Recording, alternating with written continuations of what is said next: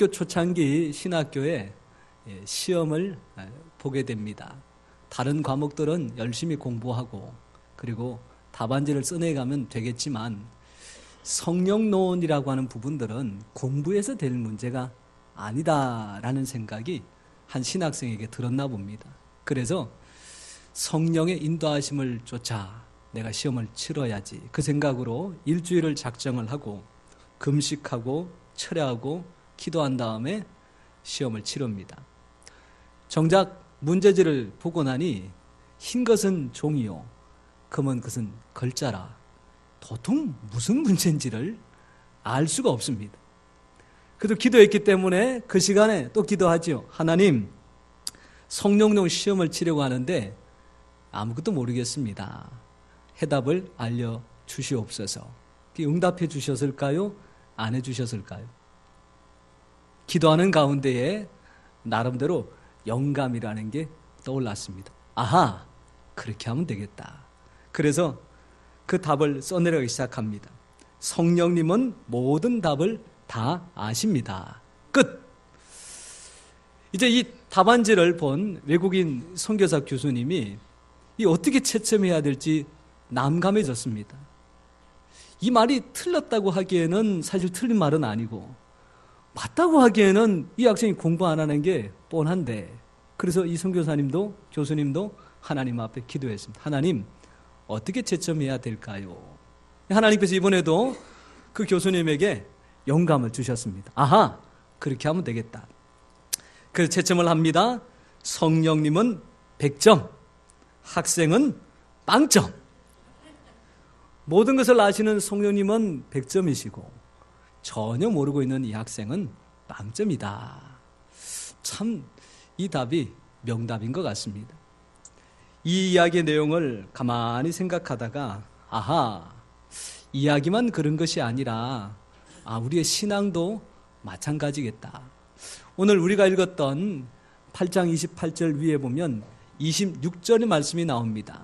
그 말씀을 보니까 사람이 마땅히 구해야 될 기도도 모른다라는 말씀이에요.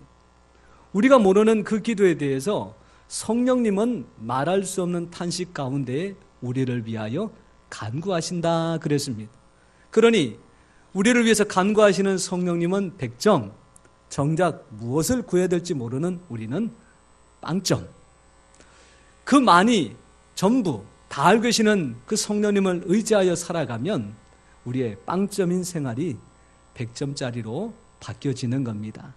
이 한 해에 알지도 못하는 인생, 마음대로 나름대로 살겠다고 계획하고 결정짓고 장담하지 말고 모든 것들을 아시는 하나님과 함께 모든 문제를 풀어가시는 우리 귀한 성도님들 되시기를 바랍니다. 이런 삶을 살아가는 사람들이 누구냐라고 하는 것에 대해서 오늘 8장 28절 말씀에 설명해 주고 있습니다. 첫 번째가 바로 하나님을 사랑하는 사람이다. 하나님을 사랑하는 자가 바로 성령님께서 말할 수 없는 탄식 가운데 우리를 위해서 기도해 주신다 그랬습니다. 예수님께서 제자 베드로에게 물으셨습니다. 네가 나를 사랑하느냐? 그때 베드로가 고백합니다. 내가 주님을 사랑하는 줄 주께서 아시나이다 라고 하는 고백이지요. 여기에는 숨은 내막이 있습니다. 예수님께서 베드로에게 네가 나를 사랑하느냐? 3번이나 나를 배신하지 않았느냐? 그런데 네가 나를 사랑하느냐? 내가 그거 확인하고 나서 내가 너를 사랑하겠다. 그 말씀이 아니죠. 나는 너를 사랑한단다. 네가 나한테 그렇게 했을지라도 나는 너를 사랑한단다. 그런데 너는 정말로 나를 사랑하니? 그렇게 물으신 겁니다. 내가 먼저 하나님을 사랑하니까 그 사랑을 받으신 하나님께서 응답으로 나를 사랑하시는 것이 아니라 하나님께서 먼저 나를 사랑하셨기 때문에 그 사랑에 대한 응답으로 내 입술에서 하나님 사랑합니다. 그런 고백이 나오는 거죠. 5월달이 되면 가정의 달이라서 이 부모님들에게 자녀들이 사랑합니다라고 하는 인사를 많이 합니다. 그런데 그 사랑한다는 말 앞에 전제된 게 있습니다. 부모님의 은혜를 깨닫고 나니 부모님의 은혜에 감사합니다. 그리고 사랑합니다. 그런 고백이지요. 부모님이 나를 사랑한다는 것을 깨닫지도 못하고 알지도 못하는 자녀가 부모님을 사랑할 수가 없습니다. 그 은혜에 감사할 수가 없습니다. 그러니 사랑한다라고 할 때는 이미 내가 그 사랑을 받고 있다라고 하는 것을 전제하는 거죠. 요한일서 4장 19절 말씀에 우리가 사랑함은 그가 먼저 우리를 사랑하셨느니라. 하나님께서 나를 사랑하셨기 때문에 그 사랑에 감격해서 나도 누군가를 사랑할 수 있다라고 하는 말씀입니다. 교회 가운데는 성도님들이 계시고 또 직분을 맡으신 집사님, 그리고 권사님, 장로님, 저 같은 교역자, 이런 분들이 교회 안에 있습니다. 이분들 중에 성도님이 집사님을 사랑해야 될까요? 집사님이 권사님을 사랑해야 될까요? 아니면 권사님이 집사님을 사랑하고 집사님이 성도님을 사랑해야 될까요? 누가 먼저 사랑해야 될까요? 하나님의 사랑을 먼저 체험한 권사님, 집사님이 성도님을 사랑하는 겁니다.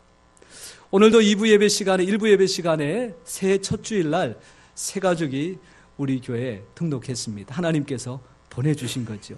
참 귀하고 복된 일입니다. 새 가족이 왔습니다. 새 가족이 기존에 있는 우리 집사님, 권사님들을 사랑한다, 그렇게 해야 맞겠습니까? 아니면 기존에 권사님, 집사님이 새 가족을 사랑합니다, 같이 식사하십시다, 차 한잔 하십시다, 우리 교회에 왔는데 참 감사합니다, 내가 이렇게 시간을 좀 마련할 테니까 꼭 오셔서 같이 식사라도 하시지요, 이래야 될까요? 잘 모르신다면 제 말씀을 한번 잘 기울여 들어주십시오. 이 개불이라고 하는 음식이 있습니다. 먹으나 보셨나 모르겠어요. 그 모양이라는 것이 아주 썩 먹고 싶은 모양이 아닙니다. 색깔도 그렇고요. 이 썰어 놓으면 사실 더 심각하게 되는 거죠. 그 모양 봐가지고는 먹고 싶은 마음이 안 듭니다. 근데 옆에 있는 사람이 그 개불을 먹어봐, 맛있어, 고소해, 모양하고 전혀 달라, 이러면 어떻게 해요? 안 먹어본 사람이 그래 한번 먹어볼까? 저렇게까지 얘기하는데 나도 한번 먹어봐야지, 그러다가 먹었는데 맛을 보면 어때요? 그 모양과는 다르게 그게 씹는 맛도 있고 또 꼬들꼬들하고 그게 맛이 있습니다. 이거 먹어본 사람이 안 먹어본 사람한테 먹어보세요, 잡숴보세요, 그렇게 얘기할 수 있는 거거든요. 하나님의 사랑을 받은 사람이 못 받은 사람에게 그 사랑을 나눠줄 수 있는 겁니다. 우리 목양교회에 은혜를 받고 누려본 사람이 처음은 새가족에게 우리 교회에 얼마나 사랑이 넘치는지 제가 보여드릴게요. 그럴 수 있는 거잖아요. 오늘 이 자리에 나와 있는 우리 모든 성도님들, 내가 하나님의 사랑을 많이 받았다라는 것을 인정하시기를 바랍니다. 내가 하나님을 사랑하는 것이 먼저가 아니라 하나님이 나를 사랑하셨으니 그 마음이 감동이 되어서 내 입술에서 나도 하나님을 사랑합니다, 그런 고백이 나오시는 성도님들 다 되시기를 바랍니다. 두 번째로, 성령이 말할 수 없는 탄식 가운데 기도해 주는 사람이 누구냐? 오늘 말씀을 보니까 그 뜻대로 부르심을 입은 자들입니다, 그렇게 성경은 기록하고 있습니다. 작년 한 해 동안에 우리 교회 많은 성도님들께서 등록해 주셔서 한 가족이 되셨습니다. 어떤 권사님이 인도하셨습니다. 또 어떤 집사님께서 인도하셨습니다. 근데 가끔 가다가 보면 스스로 자진 이런 표현이 있습니다. 나는 누가 오라 그래서 온 사람 아닙니다. 누가 가자 그래서 간 사람 아닙니다. 내가 스스로 결정하고 교회에 나왔습니다 라고 하는 분이죠. 근데 과연 그분이 스스로 결정하고 교회를 나왔을까요? 저는 절대 그렇지 않다고 봅니다. 그분에게 지나가다가 예수님 믿으세요 라고 하는 이야기를 전했던 수많은 무명의 사람들이 있습니다. 그 손에 우리 교회 한번 와보세요 라고 전해드렸던 전도지, 전도 티슈 수십 가지가 있습니다.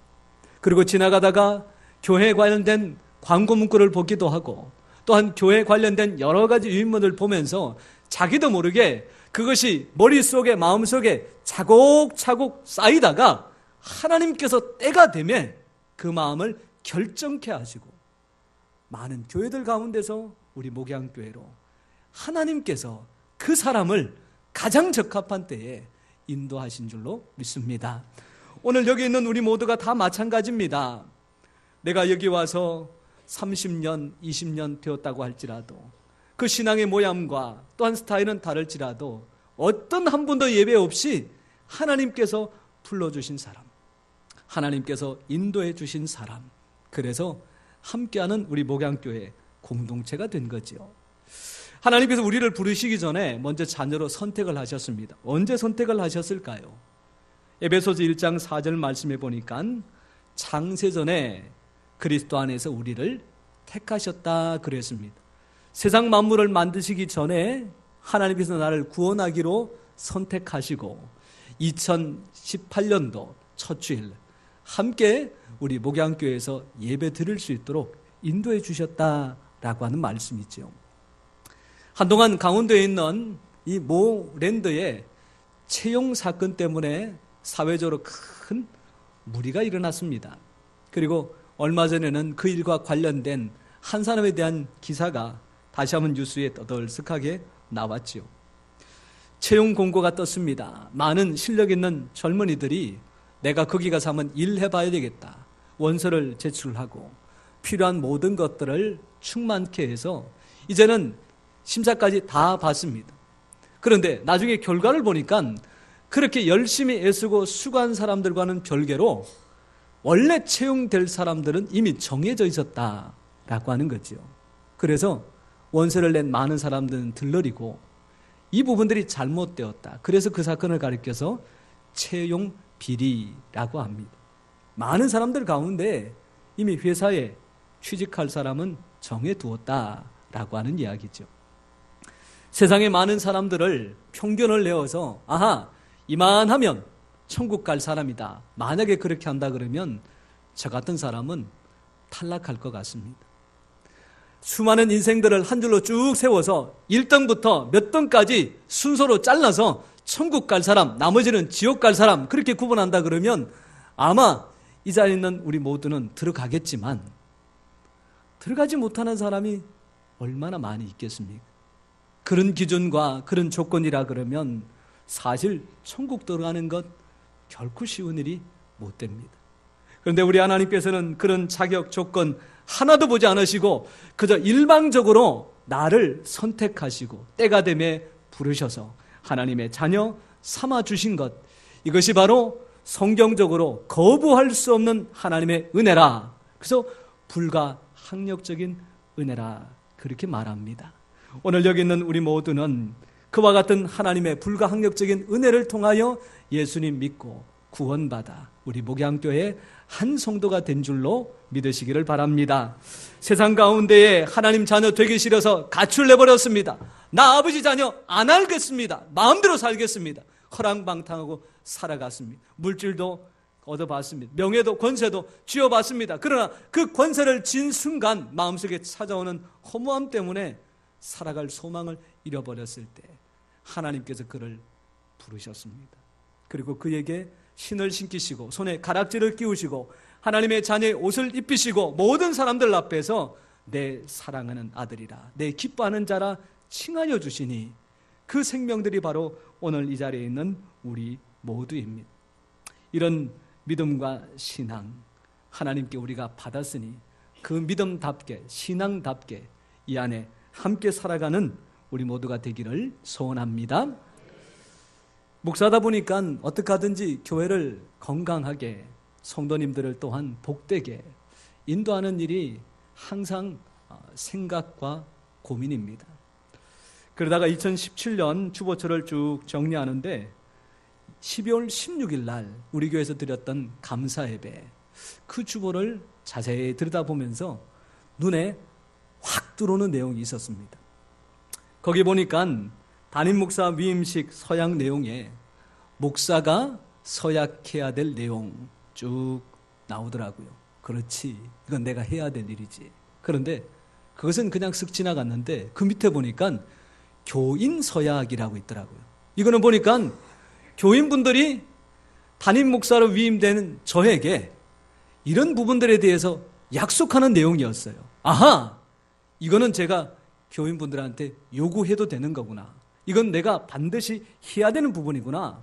그렇게 생각을 했는데 제가 그 내용 중에 한 가지를 읽어드릴 테니까 여러분들께서 아멘으로 화답을 하셔야 됩니다. 여러분은 겸손하고 사랑하는 마음으로 그의 교훈하는 진리를 받으며 7일을 복종하기로 승낙합니까? 승낙합니까? 승낙을 하셨으니까 제가 말씀을 드립니다. 목사는 진리를 교훈해야 되는 사람입니다. 그리고 성도님들은 그 진리에 대해서 수용하셔야 되는 분들입니다. 목사는 교회를 지키기 위해서 교회 순수성과 또한 연합함을 주장해야 됩니다. 성도님들은 그 일에 대하여 목사의 의견에 존중하시고 따라오셔야 됩니다. 그래서 제가 오늘 이 시간에 우리 성도님들이 반드시 순종하시고 따라야 되고 가슴에 새기셔야 될 중요한 것 3가지만 말씀드립니다. 혹시 마음에 들지 않더라도, 혹시 순종하기가 어렵더라도 서약하신 바를 준해서 순종해 주시기 바랍니다. 첫 번째, 2018년도 한 해 동안 여러분들 건강하십시오. 아프지 마세요.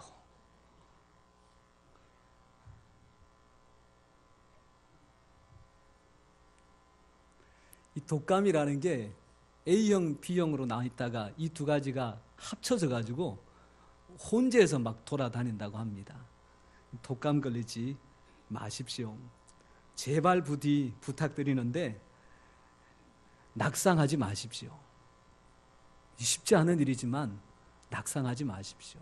우리 권사님들 앉거나 서나 항상 고관절 조심하시고 무릎 상하지 않도록 조심하시고 손목 부러지지 않도록 조심하십시오. 화장실 출입하실 때 몇 번 숨 고르시고 화장실 다녀오십시오. 새벽에 새벽 예배 나오시는 거 참 귀한데 그 나오실 때에 천천히 걸어서 차는 시간에 맞추어서 정확하게 가니까 혹시 놔두고 갈까 뛰지 마시고 천천히 시간 맞춰 오시면 편안하게 교회에 오실 수 있습니다. 2018년 한 해 반드시 건강하시기를 바랍니다. 2번째로 목사가 여러분들을 지도합니다. 반드시 아멘으로 순종하십시오. 2018년도 한 해 동안 부자 되시기 바랍니다. 직장에서 여러분들을 사원으로 둔 사장님이 내가 저 사원 때문에 배가 부르다 하는 소리가 나와야 됩니다. 내가 저 사람 때문에 사업이 힘들어도 감당할 수 있겠다 소리 나와야 됩니다. 생업을 감당하시는 분들, 저 사람하고 계약을 맺으면 절대적으로 지킨다, 그런 인정 받으셔야 됩니다. 실컷 물건 다 대주고 나서 결제 안 돼가지고 어려움 당하시면 안 됩니다. 결제할 때에 엄결제 맡아가지고 나중에 손해보는 일 없어야 됩니다. 현금 결제하십시오. 지갑에 카드 10장 넣어 다니면서 두툼한 거 별 재미없습니다. 현금 5만 원짜리 10장 넣어 다니십시오. 마음속에 감동 올 때 하나님 앞에 헌금하시고 교회에 필요한 일, 구제한 일 순간적으로 생각날 때 성령의 감동인 줄 알고 헌신하시고 교회 봉사하고 충성하는 청년들 보시거들랑 그 충성이 귀해서 용돈 푹푹 찔러 주십시오. 그러려고 하시면 부자 되셔야 됩니다. 제가 지난 주간에 기가 막힌 일을 들었습니다. 지난 6일 날 보니까 대전에 있는 한 청년이 얼마나 배포가 큰지 현금 1억이던 돈가방을 재활용 쓰레기 하는 데다가 투척을 했더라고요. 이야, 1억을 마음껏 투척할 수 있는 저 배짱, 쾌척한 게 아니고 기꺼운 마음으로 쓰십시오 드린 게 아니라 실수로 던져버린 거죠. 이런 일 겪고 나서도 에이, 누군가가 필요해서 가져갔겠지, 그렇게 해도 전혀 지장 없는 삶, 그런 삶을 2018년도 함께 살아가는 성도님 되시기 바랍니다. 3번째로 지도합니다. 따라 주십시오. 18년 한 해 동안 반드시 행복하십시오. 50년 60년 살았던 부부가 정 때문에 산다라는 말 인정합니다. 하지만 정 때문에 산다고 하는 말보다 행복하게 산다. 그렇게 서로에게 고백하시도록 하세요. 가정이 무슨 의리단체도 아닌데 의리를 이야기하고 정을 이야기하고 언제까지 그러실 거예요? 가정은 행복하게 사랑하면서 살아가는 공동체입니다. 교회 또한 마찬가지입니다. 교회 와서 행복한 성도가 어디 가든지 행복 전도사가 될 수 있습니다. 교회 올 때는 좀 인상이 구겨지고 또한 마음이 간단하고 답답할지라도 예배드리고 나갈 때는 한없는 기쁨과 즐거움과 평강이 우리의 얼굴 속에 행복의 미소로 가득 차서 세상 사람들 앞에 보여져야 됩니다. 제가 지난 주간에 약국에 잠깐 들렀다가 인사를 많이 받았습니다. 마침 교회 성도님이 계셔서 추운 날씨에 약국에는 어쩐 일이세요? 물어봤더니 이 차가운 날씨 속에 약사분께서 들어와서 몸 좀 녹이고 가시라 그랬다고. 하하, 얼마나 귀한지 저도 감사하다고 인사를 했습니다. 그런 가운데 자연스럽게 제 신분이 목사라는 것이 드러나고 목양교회 목사라고 하는 인사가 자연스럽게 나왔습니다. 그러고 나서 그분이 하시는 이야기가 목양교회 참 좋은 교회라고 들었습니다. 목양교회 성도님들 참 행복한 분들이라고 들었습니다. 좋은 일 많이 하는 교회라고 들었습니다. 지역을 위해서 봉사 많이 하는 교회라고 들었습니다. 아멘을 안 하세요, 왜? 할 게 많은데 그만해야 되겠습니다. 제가 한 거는 아무것도 없잖아요. 그저 목양교회 목사라는 타이틀 하나만 이런 많은 인사를 받고 나니 제 입에서 자연스럽게 아니요, 제가 받을 인사가 아닙니다. 우리 원로 목사님께서 성도님과 함께 하신 일입니다. 제가 그렇게 마감하고 나왔지만 참 기분이 좋았습니다. 우리 교회 성도님들이 예배실 나갈 때마다 얼굴 인상 푹 쓰고 뿔 따고 이만큼 내고 뚜껑이 이만큼 열려가지고 씩씩거리고 나가면 누가 이런 인사를 하겠어요? 예배실에서 나갈 때마다 우리 교회를 출입할 때마다 그 얼굴에 환한 미소와 그 얼굴에 나타나는 행복을 보니까 나도 저런 행복 누리면서 살아야 되겠다. 나도 저런 행복 필요한데 그런 거지요. 구약시대에 하나님께서 하나님의 사람들에게 하늘에서 만나를 내려주시고 또한 메추라기를 내게 주셔서 먹고 마시는데 아무 지장이 없게 하셨습니다. 신약에 보니까 예수님께서 오병이어로 기적을 베푸셔서 5,000명을 먹이고도 12광주리를 남기시는 역사를 이뤄내셨습니다. 오늘날 하나님은 어떻게 역사하실까요? 돈이 필요한 사람에게 하나님께서 금덩어리를 내려주신다. 여러분, 하늘에서 금덩어리 내려오면 그거 받으러 가시겠습니까? 안 가시겠습니까? 잘 생각해 보십시오.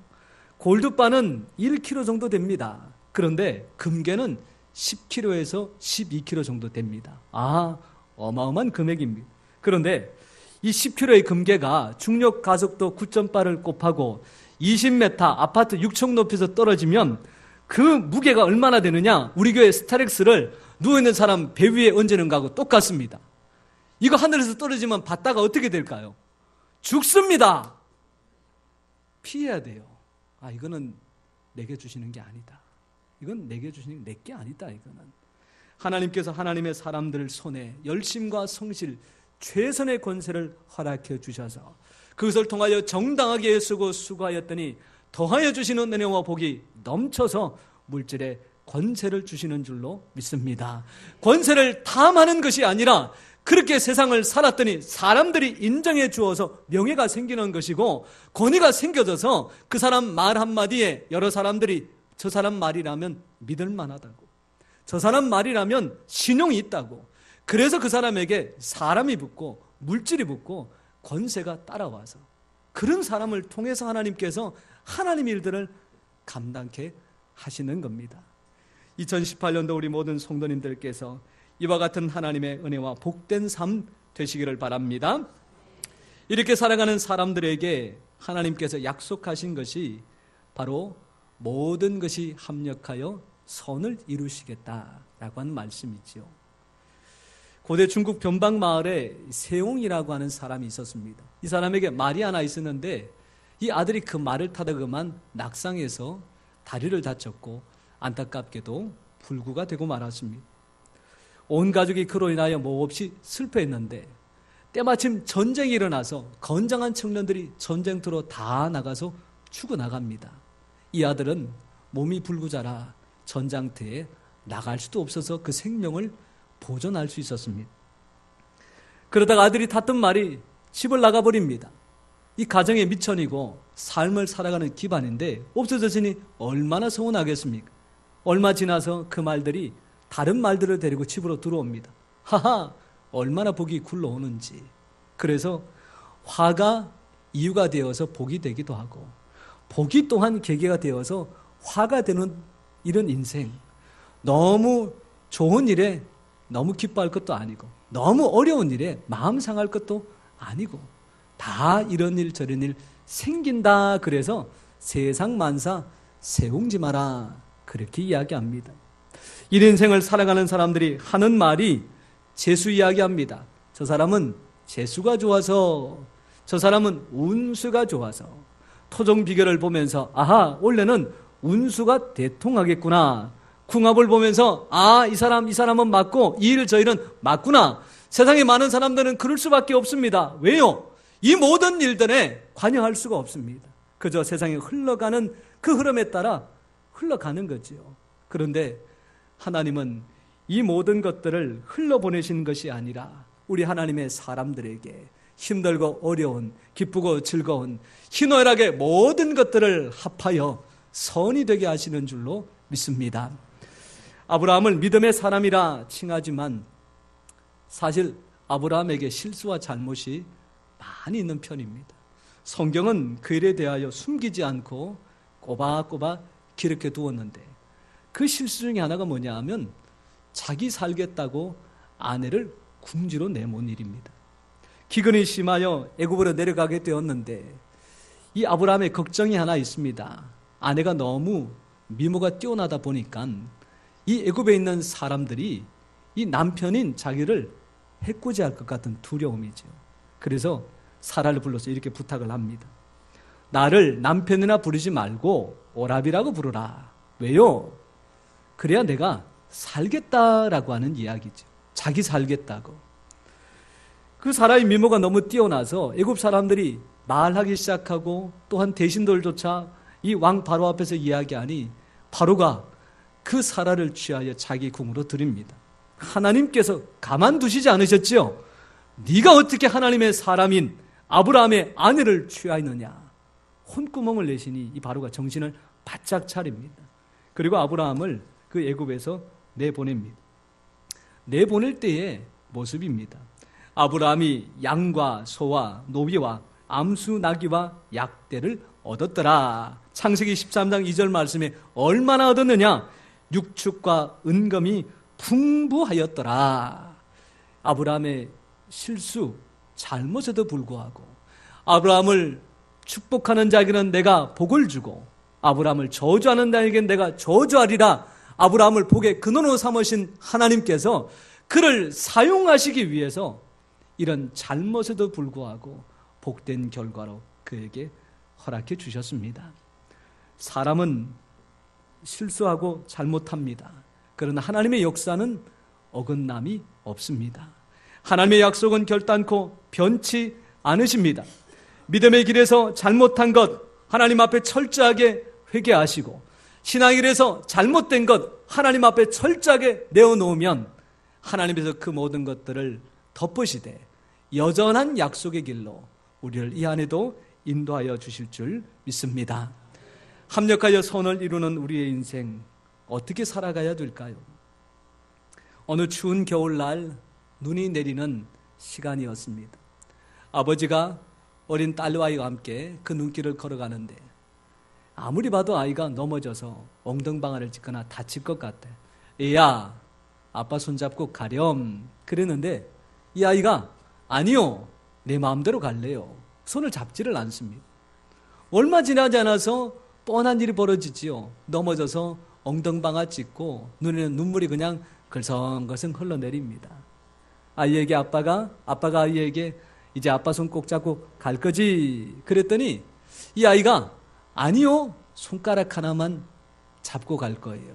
그래서 아빠가 그 아이의 손가락 하나만 잡고 갑니다. 조금 전까지보다는 낫지만 이번에도 여전히 뒤뚱뒤뚱 하면서 넘어질까 그러더니 결국 또 넘어져서 또 울고불고 난리를 지깁니다. 이 아버지가 다시 한번 그 아이를 다독거리면서 아빠 손을 꼭 잡고 가면 괜찮을 거야 그러죠. 이제는 아이가 아빠 손을 꼭 잡았습니다. 마지막으로 돌불에 걸리기도 합니다. 나무에도 걸리기도 합니다. 조금 전까지는 넘어지고 엎어졌습니다. 이제는 아버지가 붙잡고 있기 때문에 넘어지지 않습니다. 높은 계단도 전에는 올라가지도 못했습니다. 그런데 아버지가 손을 잡아주니까 거뜬하게 올라갑니다. 높은 것도 훌쩍 뛰어넘을 수 있습니다. 그 손을 잡고 계신 아버지만큼이나 그 아이도 인생 가운데서 참된 복을 누리게 되는 겁니다. 사랑하는 성도 여러분, 행복의 비결이 어디 있습니까? 건강의 비결이 어디 있습니까? 부유의 비결이 어디 있습니까? 우리 하나님께서 허락하여 주실 때에 그 복의 주인공이 되는 줄 믿습니다. 하나님께서 사명을 가지고 뜻을 가지고 그 길로 인도하실 때에 그 복이 나에게도 복이 되고 내 주변에 있는 모든 사람들에게도 복이 되는 줄 믿습니다. 시작된 2018년 이 한 해 나 혼자 힘으로 살아가려고 몸부림치지 마십시다. 내 손을 꼭 잡고 계신 주님의 손을 붙잡고 함께 가시기를 바랍니다. 주님이여 이 손을 꼭 잡고 가소서. 약하고 피곤한 이 몸을 폭풍 후 흑암 속 해치사 빛으로 손잡고 날 인도하소서. 주님 손 꼭 붙잡고 함께 가는 우리 모든 성도님 되시기를 축원합니다. 기도하겠습니다.